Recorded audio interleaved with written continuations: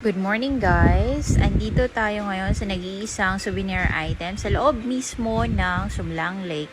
This is Otop.ph Philippines Have.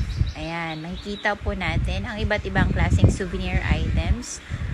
Ayan, lots of bags, ayan, different designs of bags na made of abaca especially.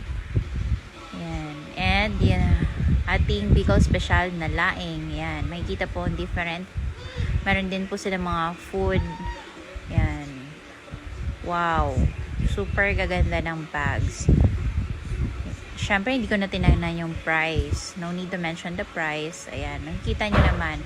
Pag pumunta kayo sa Sumlang Lake, makikita nyo yan. Ang nag-iisa lang yan. Ang souvenir items mismo doon.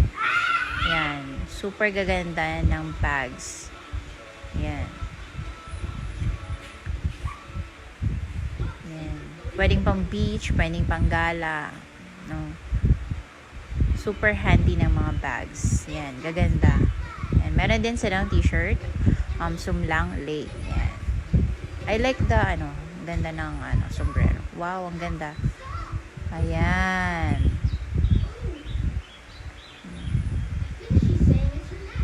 Ayan, ang gaganda. May sandok pa talaga. Ayan. Ayan. Lagayan ng wine. Ayan.